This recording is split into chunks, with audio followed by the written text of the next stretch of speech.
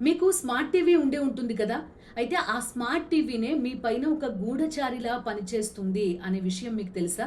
ప్రతి స్మార్ట్ టీవీలో కూడా ఆటోమేటిక్ కంటెంట్ రికగ్నిషన్ అనే ఒక ఆప్షన్ ఉంటుంది. మీరు టీవీ ఇన్‌స్టాల్ చేయగానే ఈ ఆప్షన్ కూడా యాక్టివేట్ అయిపోతుందనమాట.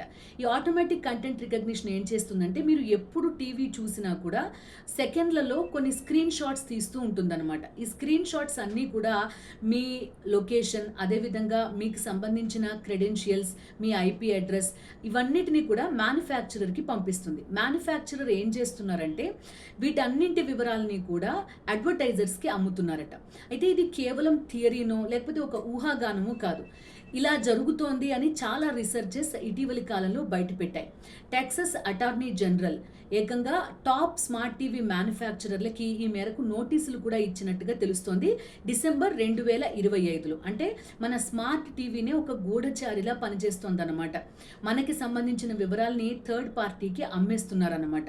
సో దీన్ని మీరు డిజేబుల్ చేసుకునే అవకాశం కూడా ఉంటుంది. ప్రతి స్మార్ట్ టీవీలో కూడా కొన్ని ఆప్షన్స్ ఉంటాయి. అవేంటంటే వ్యూయింగ్ ఇన్ఫర్మేషన్ సర్వీసెస్, అదేవిధంగా వ్యూయింగ్ ఇన్ఫర్మేషన్ యూజర్ అగ్రిమెంట్. ఈ 2 ఆప్షన్స్‌ని సెట్టింగ్స్‌లోకి వెళ్ళి డిజేబుల్ చేసుకుంటే కనుక ఈ విధంగా ఆటోమేటిక్ కంటెంట్ రికగ్నిషన్ అనే ఆప్షన్ డిజేబుల్ అవుతుంది. సో మీ స్మార్ట్ టీవీలో ఖచ్చితంగా ఈ పని మీరు చేయండి.